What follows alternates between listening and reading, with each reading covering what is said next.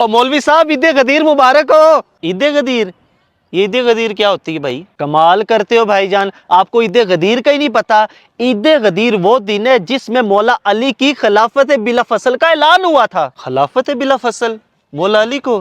وہ کیسے؟ 18 ذی الحج کو نبی کریم صلی اللہ علیہ وسلم نے سارے صحابہ کو اکٹھا کر کے فرمایا تھا کہ جس جس کا میں مولا اس کا علی مولا۔ تو اس حدیث میں مولا علی کی خلافت کیسے ثابت ہو رہی ہے؟ مولا کا مطلب تو حاکم ہے، دوست ہے، رہبر ہے، رہنما ہے۔ اچھا تو پھر مجھے آپ ایک بات بتاؤ، نبی کریم صلی اللہ علیہ وسلم نے صرف مولا علی کا ہی ہاتھ پکڑ کر سب کے سامنے کیوں کہا کہ جس کا میں مولا اس کا علی مولا؟ اور میرے بھولے بھائی، میں تمہیں ساری حقیقت بتاتا ہوں۔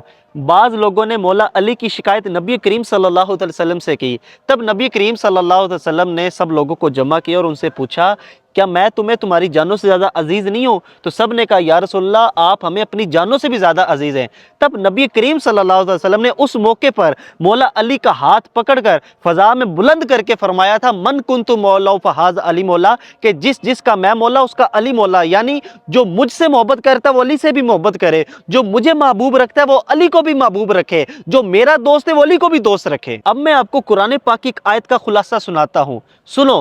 اللہ تبارک و تعالیٰ فرماتا ہے بے شک اللہ ان کا مولا ہے، جبریل ان کے مولا ہے، اور نیک ایمان والے ان کے مولا ہے۔ مجھے آپ یہ بتائیں اگر مولا کا مطلب خلیفہ تھا تو اللہ کس کا خلیفہ ہوا؟ میرے بھائی جس نے بھی آپ کو مولا کا مطلب خلیفہ بتایا اس نے بالکل غلط گائیڈ کیا ہے۔